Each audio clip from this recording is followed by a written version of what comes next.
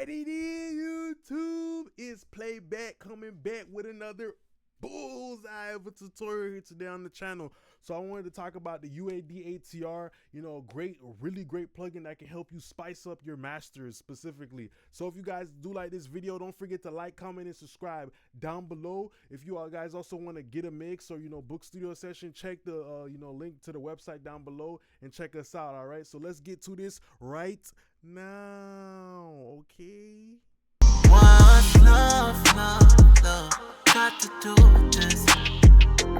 What's love, love, love got to do with this? What's love, love, love got to do with this? What's love, love, love got to do with this? Hey, hey, the way I'm feeling, I can't let it fade. You something different, hope you feel the same. Hold up, I'm out here thinking about a wedding ring. Ain't tripping, I can't let you get away. No pay, can you stand up, pray?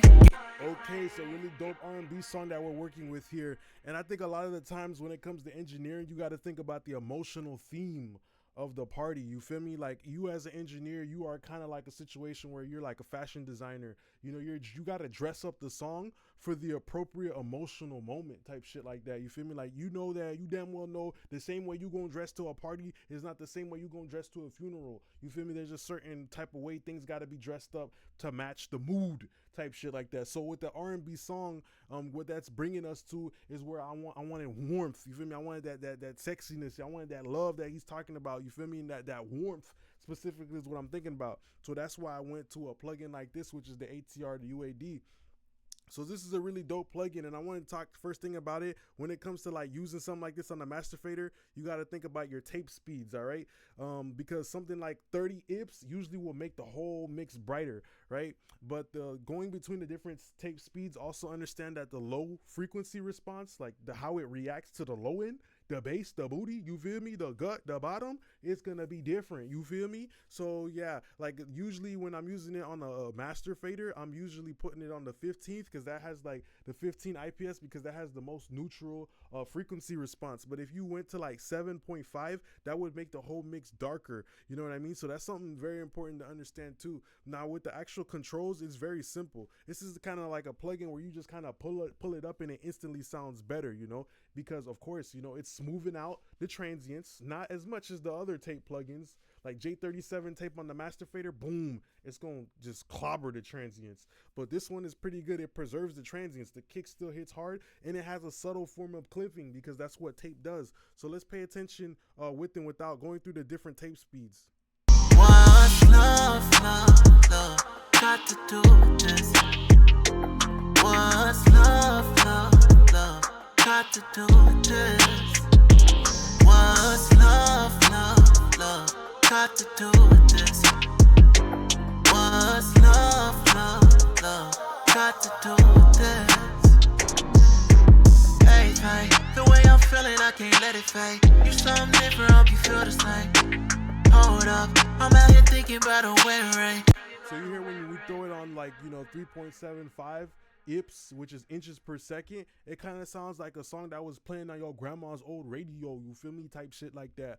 So that's the great thing about something like this too. That could even be used as a creative effect. You could even automate it for maybe like towards the end, or you were doing a breakdown, you can bring in that tape speed. So this is really dope. So on the Ampex, right, you have the calibration, right, and this is like the tape compression. So that's another great thing too. Like, tape actually has a way of naturally gluing your mix. So what I'll try to do sometimes too, like some people just throw on an SSL bus compressor, I might try to use a tape plugin to actually glue my mix because I know it's going to soften my transients and round out my low end too. I might use that as a form of Elmer's glue or Gorilla glue before I use a bus compressor, because a bus compressor might start choking the bass and choking and kidnapping the kick, and it's there, you feel me, choking the transients.